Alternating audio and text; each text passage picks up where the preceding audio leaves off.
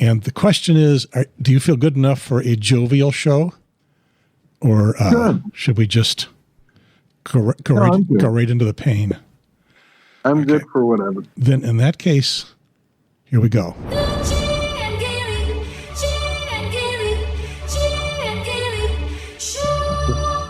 Once upon a time, I was the king of the dial. I used to be a radio guy.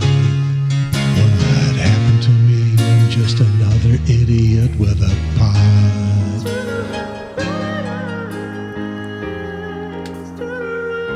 Oops, wrong button. Because there's no B.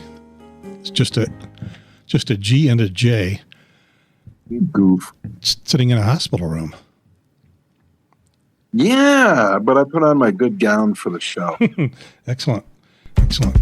So, everybody out there in YouTube land, across the fruited plain, I realized listening to last week's show, I need to up my Limbaugh game. Cranberry juice plain fruited. Say again? Cranberry juice plain fruited. The fruited plain. Yep. Ladies and gentlemen, it's the Jay and Gary Show. Wait a minute, I had something. There we go. All pain, no gain? Yeah. We'll see. From the studio in the bonus room above the garage on the north side of Fort Mill, South Carolina, on the shadow of Charlotte, in the shadow of Charlotte, and the buckle of the Bible Belt and the foot of Mount Belzoni. I can almost remember all of it. I know where all the buttons are. I don't know where all the buttons are. Why can't I make things be the way I want them to be? Well, if you could have done that, you would have done it a long time ago. Yeah. We wouldn't be in this situation. There we go. We wouldn't have to do a podcast. I'm Gary. I'm the host of the show, and now I've given you a long time to figure out what you're going to say. Okay, from room 9109 in Carl Tower, in Carl Hospital in Urbana, Illinois, even closer to the birthplace of Down 9000. In fact, just across the street, down a couple of blocks, in the buckle of the Corn Belt, and what else I used to say? Anyway, I'm little brother Jerry. You're the big brother, but I'm the older brother. Oh, that's true. I am bigger than you. Yeah. Been bigger than me for a long time. Put up your dukes. We're going to have it out right here. Yeah, I don't think so. And I've got pain medicine, too. You're on powerful drugs. So I am. I didn't have time. You're on drugs, man. I didn't have time to prepare everything. Call me Spicoli. Oh, and I got a live studio audience. There's a live studio audience. Hey. Who's in the live studio audience? I can't do it and see. They're supposed to be cheering. There's John. And there's Millisse. Yeah. Millisse has to come because John is the program director of this whole recovery thing that I'm doing. Which I greatly appreciate. Project manager, and he keeps everything going in our house now and keeps our kids going. And friends like that are hard to come by. Going, oh my God. Everybody needs a John and Hinky in their life. And Millisse, of course, is the enforcer. The first thing she does she comes in and goes, has he had his pain meds? No, I don't want to talk to him until he's had his pain meds. All right. I'm just kidding. 99% of the show is BS anyways. Yes. This is showbiz. It's malarkey. All right. So have any presidents or former presidents gotten indicted lately? Only one so far. However, some of his friends are getting in more trouble. Oh, what I really wanted to do for the opening for the show was to put in one of the Alex Jones things. You got, because there's two of them and everybody's playing them, so everybody's out there seeing them. You got them go. When I know I leave tonight, they're going to shut us down. I just want to fucking stop these people. That would have been fun. Are you saying that he's crybaby? Apparently, yeah. We have video evidence. Okay, Alex, Gary Pierce said that. Not Jim. Yeah. He's a public figure. We can say anything we want about him. When you get the subpoena. Yeah. Have they found Rudy Giuliani yet? Yeah, they found him a long time ago. No, he went missing recently. He went missing again because they couldn't find him for the subpoena. Oh, yeah, well, that was it. Oh, yeah. Yeah, and he boasted on Twitter or X or someplace that they couldn't find him, and he was at some party. And they've only got a few hours to serve it, otherwise the time expires. And he walked out of the party, and boom, they served him. So was that a long time ago? That's a week ago. You probably lost all sense of time. It's not a long time ago. I've been in here for a week. All right, 2 weeks ago. The world ends. Yeah, it was one of the things I was going to ask you about, whether you're paying any attention to what's going on in the world. Because not a lot. I would imagine you're focused. Yeah, I'm not paying attention to a lot. Don't have Fox News going on the TV all day? I haven't had the TV on yet. No, I don't. All right. No. But, I'm paying attention to whatever Millisse tells me has happened. My head looks like it's... Hold on. It's tough. It's tough to do a Zoom lying down because it makes it look like your belly is enormous, which it is anyway. But it's not as big as it was yesterday. You losing some weight, or did you cut something out? Holy crap, man! Well, literally, holy crap. Oh, so I'd been all distended. Wait, that's the wrong side. Hold on. I care about what I look like. Sometimes. I had been all bloated and distended. And so they figured out what's going on with that. I was constipated from the painkillers, and I hadn't pooped in 7 days. So I was full of stuff. That's so they gave me an enema last night. You know what they make enemas out of these days? This is fascinating. They make enemas out of milk and molasses. They take milk and they put molasses in it, and then they heat it up, and then they do what they do with it, and then it just cleans you out. It's all the flies that survive it. Millisse says it's all the flies that follow the molasses up the top. They clean you out. Yeah, those wouldn't have been my top two guesses. So anyway, that's how they do it. And then so I had, if anybody's got little kids, you know what the blowout is. I had 3 of those left.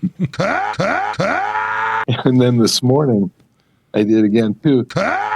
And then it was just air, and it would have made Paul Boomer and Lord Windishmere cry in shame. They would have been embarrassed. So one of the things you probably have not been paying attention to is that apparently when Trump was in court, he would fart a lot. Donald Trump is actually farting in the courtroom. Yes, I did. Yes. Yeah, I saw some. You did catch that.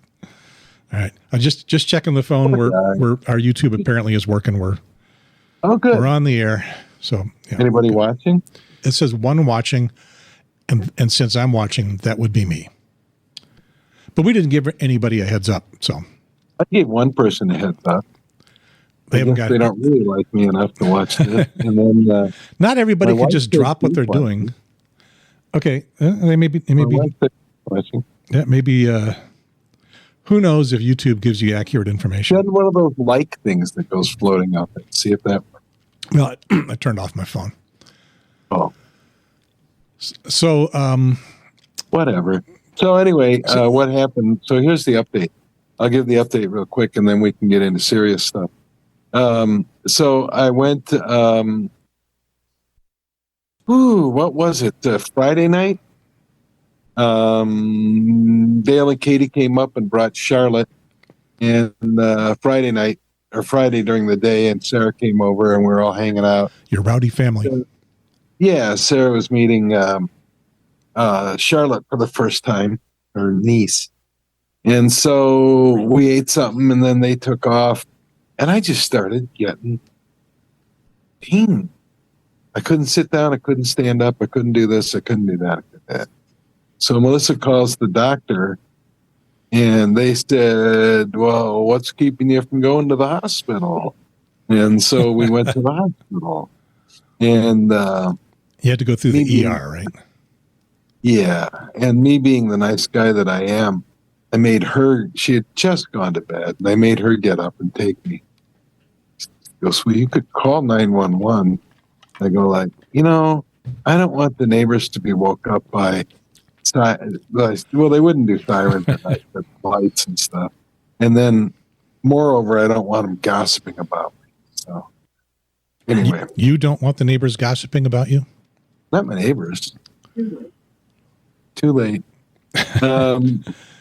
So your life is a partially open book. Yeah, I guess.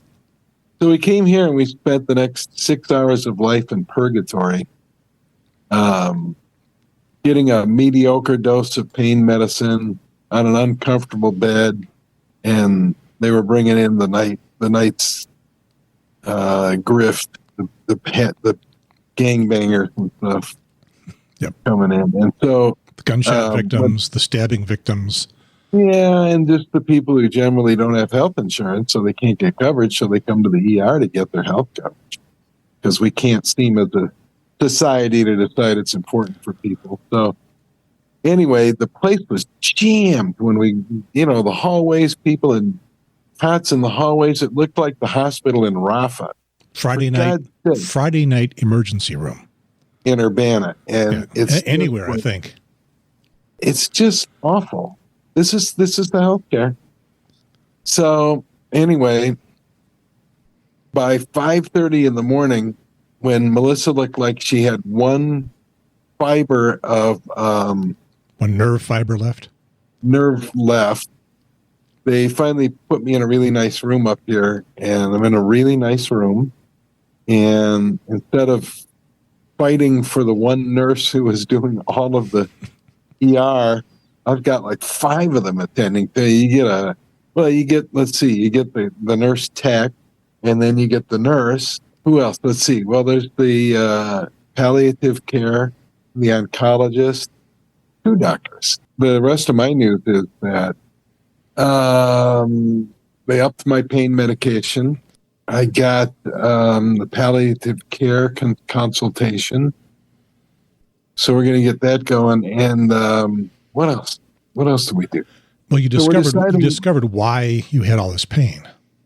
Yeah, and part of it was that the tumor at the end of the pancreas had grown and was blocking the pancreas from emitting its magic fluid that digests your food.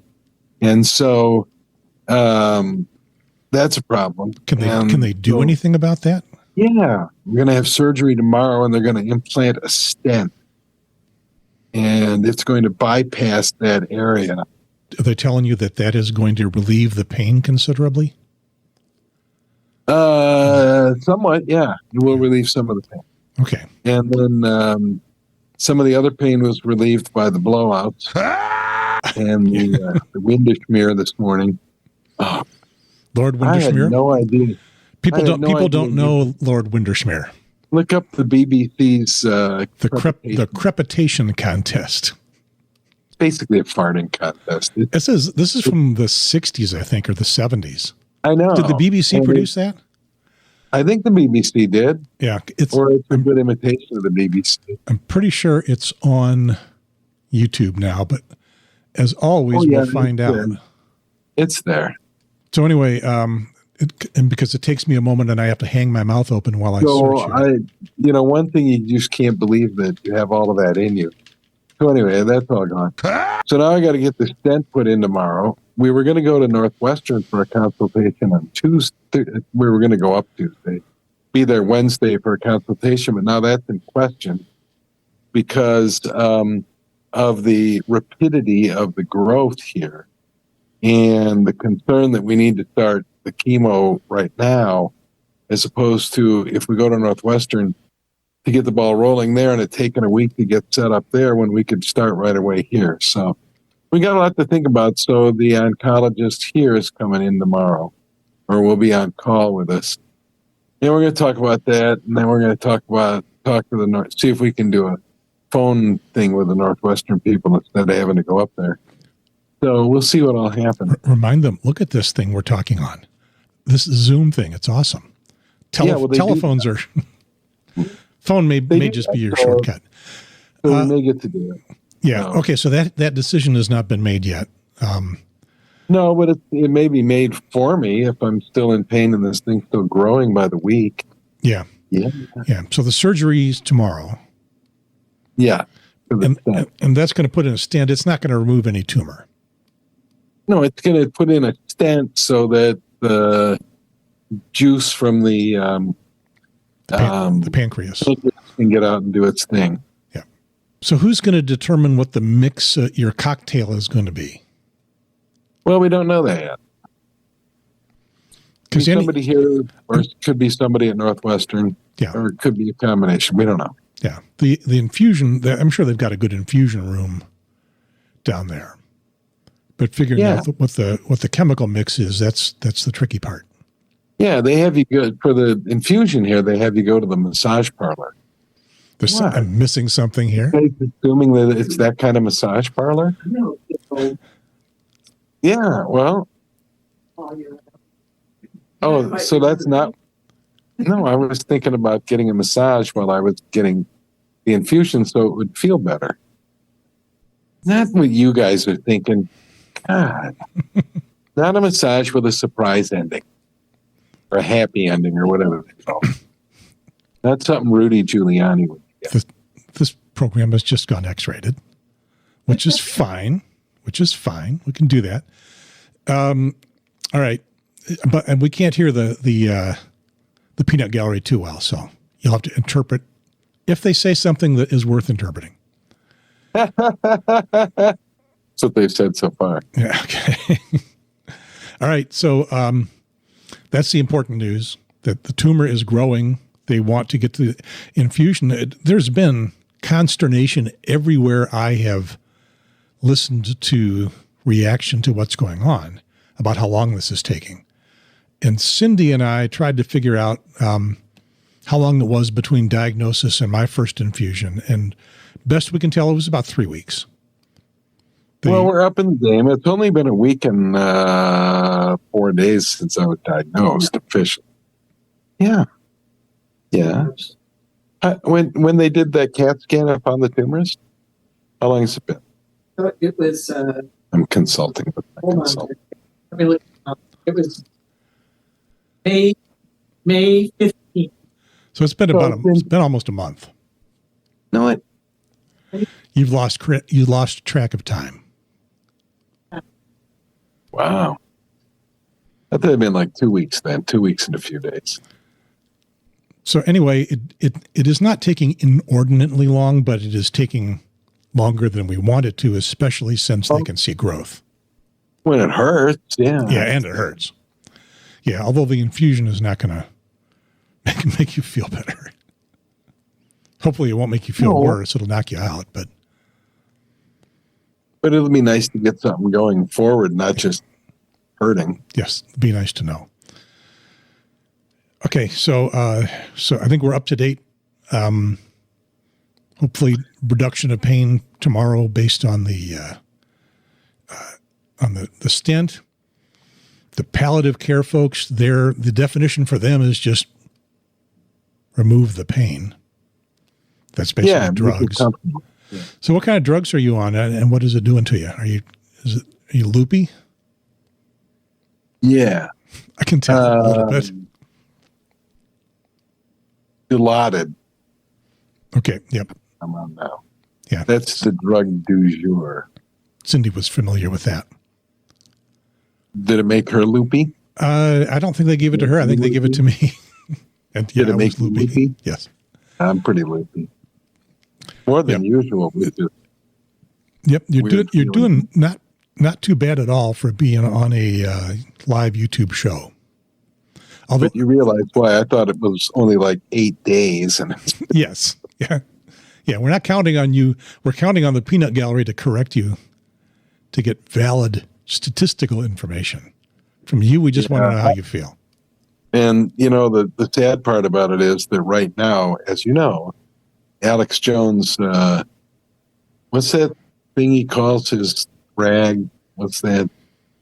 InfoWars. Stop How did you guys know that right away? They watch all the time. I've got maggots in my room. Anyway, Alex Jones's people are collecting any bit of information they can, because the headline in something tomorrow will be NPR reporter is loopy. And former NPR board member is now on loopy. drugs and spewing nonsense on YouTube. Drugs he might have fought with Hunter Biden and done with Hunter Biden. Yeah. He might have. Or from Hunter Biden. From Hunter Biden. Suspected of being a star on Hunter Biden's laptop. With Lev Parnas, the Lev Parnas bot. Yeah, me and old Hunter, we're a couple of gunslingers. We're going to do the rodeo circuit, me and Hunter Biden. We're going to go snort us up some cocaine and do the rodeo circuit. And they'll do that thing that they do. Is Jay Pierce a drug addict? We're just asking. We're just asking. Just asking the question. The doctors asked me all that stuff, and they asked me with my friends Margie and Wade were here yesterday, and I answered it all very candidly in front. Margie and Wade were here to say, yeah, no, not to our knowledge. Yeah, no, not to our knowledge. So I had verification that I am just a lunatic without drugs. Got a lot of people rallying for me, and that's really, I love that. And it's, you know, that people are coming out. They're being very positive, and that helps. I mean, it really does help your attitude and what you're doing. So that's nice. And cards, people still send cards. The cards and letters keep them cards and letters coming. Cards and letters from people I don't even know. And now I need the offers over the phone. I'll sell my story for. Speaking of selling your story, did that yard sale happen? Oh yeah, but we're here obviously, so yeah. We're not. So you still got all your shoes. Yeah, damn it, I do. What size shoe do you wear, John? 11.5. Oh, damn! If it was at 12, I got 25 pairs of shoes. You could probably do okay with 12.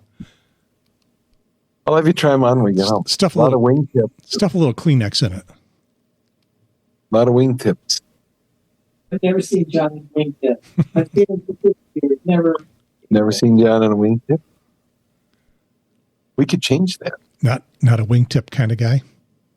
Well, you know, I'm just going to say that somebody's going to walk into Salvation Army one of these days and go like, who just turned over this awesome wardrobe of suits and wingtips and dress shirts and ties that all fit me? And they're going to get a really nice wardrobe out of it for like $30. You need to autograph each one. Yeah. Oh, I should. That's a really cool idea. I could do that. Or you could do like Trump did, and you can cut them up into little pieces and stick them on. What did he stick them on? Trading cards or something? Trump trading cards? It is an authentic piece of the suit I wore when I took that now famous mugshot, a true collector's item. I'm not as famous as he is, though. My name doesn't carry that. Yeah, not quite. His guilty verdicts netted him like $50 million in one day. Jeez. You think my cancer could net me something? We're a little worried about some of the people that live in this country. Yeah, we are, and some of them are your friends. I don't know most of those friends, and of those that are real conservative and publishing right-wing meme stuff, I don't see it. But I have a few friends that do, and I left them in there just because I want to see a little bit of it. I want to see what's getting tossed out there. Good idea. And I'll engage them a bit. And those are the ones that you're seeing. Those, if I've engaged them, that's what eventually shows up for you looking at stuff from me, which is why you think I have a whole lot of bizarre, wacky right-wing friends when there's really only a few. Okay, so here's the setup. We've got a county council, York County, South Carolina council, with a council board of directors. And we're, over the past year or so, we've been doing the library thing where and this is a red county. The county board has 7 members, 6 of them are Republican, 1 Democrat. And we're doing the thing where the Republicans are getting all upset about what's in the library. There's books about gay kids and trans kids. Oh and no! stuff like that. Books about kids. Yeah, and we've been through that quite a bit. And this is the latest. Sodom and Gomorrah. Yep, the latest thing about it. And what has happened here? Sniffing each other's butt. Yep. What the hell is wrong with people? Jay's enjoying the drugs. And what business is it of theirs? They're protecting the kids, Jay. They're protecting your children. No, they're protecting themselves because they know that they have gay tendencies, but they can't admit it. That may be true, or it may just be that they know that that's a way to get their constituents all riled up and to make sure that they vote for them. Their constituency. Yeah. Anyway, let's bring the Soggy Bottom Boys on. We have constituency. We have some video from 2 things here. One is a county council meeting, and one is from the county GOP, which published 2 of their meetings on YouTube, and by we I mean I, and a few other people lifted enough video off of them, making them look bad, that they stopped publishing their meetings on YouTube. Awesome, man. So anyway, we got some of that, and so what we've got here is one councilman in particular, and then the chair of the county council making your usual political contradictory statements, self-contradictory, and this I just finished producing it this morning, and it'll be on a few places later on today.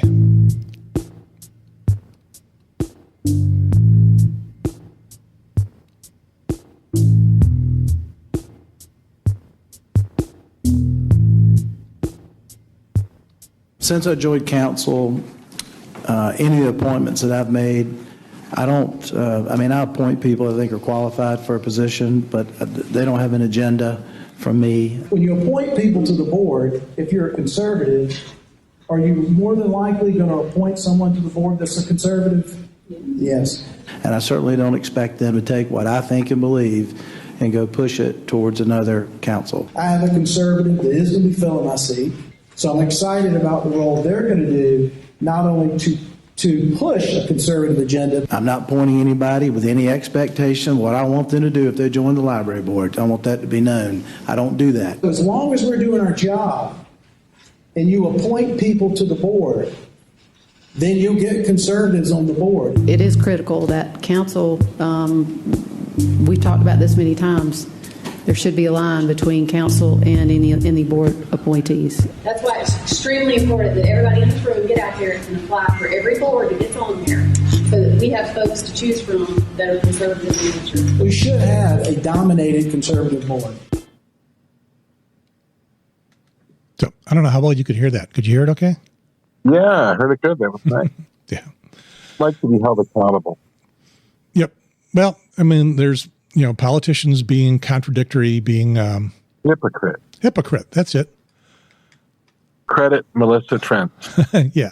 I figured there'd be somebody with a brain going on around here somewhere. All right. Is there anything else we need to discuss? I'm done. Oh, you're done. Yeah. Yep. You're probably just about totally wasted at this point. Pretty much. So I'm going to let you guys go, let you get some rest. But I wanted to get an update out there for everybody that cares about you, which is almost everybody. And we will see what happens over the course of this week and come back and give people an update sometime toward the end of the week or next weekend. Excellent. Yeah. Probably know something for sure Thursday. We'll know something, and maybe we'll broadcast something. We'll see. Otherwise, we'll wait until record it for on the weekend and see what happens. Yep. All right. Oh, I didn't tell you my big news. There's more big news? The $2 million. Excuse me? The $2 million. All right. You're going to have to explain that. So one of the last official acts I did working for the Illinois Public Broadcasting Council, when I was still coherent, not on pain medication all the time, and I've got to give every member of the council board, who are my bosses, credit for taking the ball and rolling with this now that it happened. But one of the things that I was just pushing the effort for and working with the governor's office was to get an allocation for public radio and television stations to beef up our public safety preparedness. In other words, be able to stay on the air in emergencies and help the state of Illinois Emergency Management Agency disseminate its messages.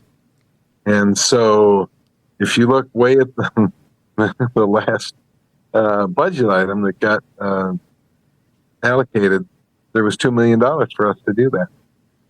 So that felt good. So that is something that you were lobbying for yes. in the Illinois legislature against people that were saying things like defund NPR. No, they weren't saying that. Not this. This is different than NPR. This is forget about that. Say, look, we have a backbone of stations that already collaborate and can be interconnected easily to put together a robust network that can be used by the Emergency Management Agency statewide to disseminate weather information about hazardous cargo on trains, information about nuclear power plant disasters, anything that rises to that level, and then they can segment it out.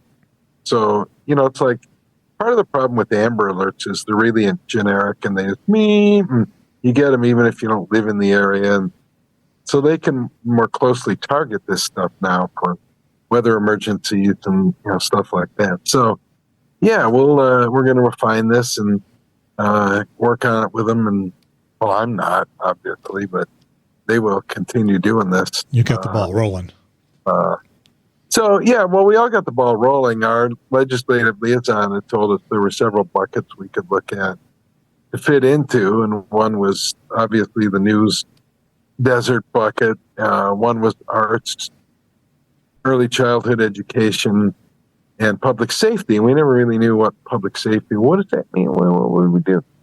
And I guess, I kind of said, well, let me mess around with the public safety and see what we can do with this. And we were all getting applications in for money from Corporation for Public Broadcasting, which Republicans want defunded.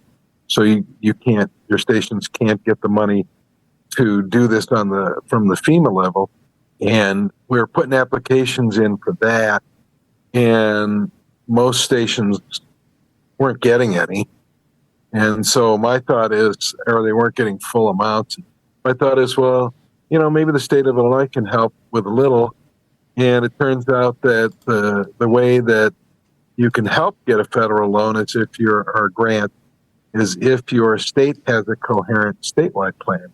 So putting this together will help all the stations perhaps access the federal money. So it leverages that money at a lower level from the state and a bigger level from the federal government to, again, do stuff that some Republicans don't want to be done because they don't want these agencies to be here to exist to help you in times of emergency. So that's all I'm going to say about that.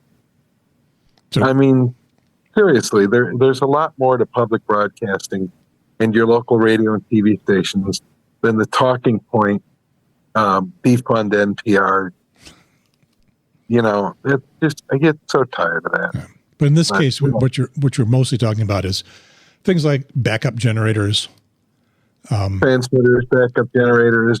Yeah. Yep. So the station is an area has been hit by some kind of natural disaster. Power is out. power's out and cell phone infrastructure's down and radio signals go 40, 50, 60 miles into rural areas, cell phones go what, 7? So, there's a lot of towers to go 40 miles that something can go wrong with. And if the power's out, well, they may or may not have backup power, but we'll have it. And you can get it, you can get the message. And furthermore, through using the next-gen Common Alert Protocol system with the PAWS, PAWS, the something Public Awareness Warning System within the Next Generation Warning System. I think I got all those right. We can interface with... Not bad for your current brain.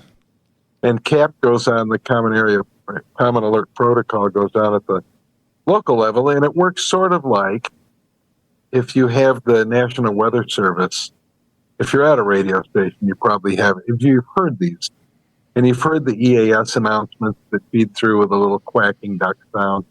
And then the tone and the weather message and stuff that sounds all distorted and really bad because nobody really pays attention to it. So we're going to take that off. I've heard that. It comes up, you get the tones of the beep, and then it's... There's an emergency going on. There's a tornado from a hurricane. Yeah, that's really good. Yeah, that's what it sounds like. So we're going to clean all that up. We're going to work with them, and we're going to make it even more targetable so that you're not sitting there for an entire weather service district that can be down to a few counties. So that's what we're going to do. And so we got $2 million from the state of Illinois to do this. Yep. But now all you have to do is get people to have radios again. They do have. I'm thinking around the house here. Do I even have? I got tons of ham radios, and a few of those have FM broadcast receiver capabilities. Well, you know what? For $5, you can go out and get yourself a radio at Target. I got one last summer so I could hear the Cubs. And then the damn station stopped running the Cubs. Yeah. Anyway. Yeah. So that was the good news, and that was exciting to me. And so I wrap up my public broadcasting career on that high note. And on this high note, I wrap up this podcast. Then I play the music. Ladies and gentlemen, it has been the Jay and Gary Show. It's still the older brother, younger brother thing. There we go. I am the younger brother, but I'm bigger, and I'm going to have fat body. That's true. You could have for a long time. It has been the all pain, no gain. And I forgot to mention down there in the corner, there's the Pride Rainbow. It's June. It's Pride Month. Yay. We are proud of our LGBTQ plus friends and neighbors. Yes. Who are, especially the trans version, getting pounded on these days by the conservative stuff. Yeah, that is bad. All right. We will come back when we've got more news for you. And when we get more on the cancer front, but we can do more on Pride Month next week if you want to. Yep, if you're up to it, we'll see how the drugs are treating you. Yeah. And in the meantime, over.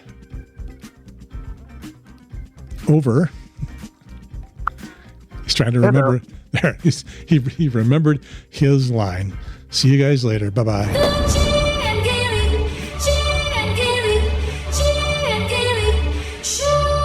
You will also be invited to join me for a gala dinner at my beautiful Mar-a-Lago, my home in Florida. You've perhaps heard of it.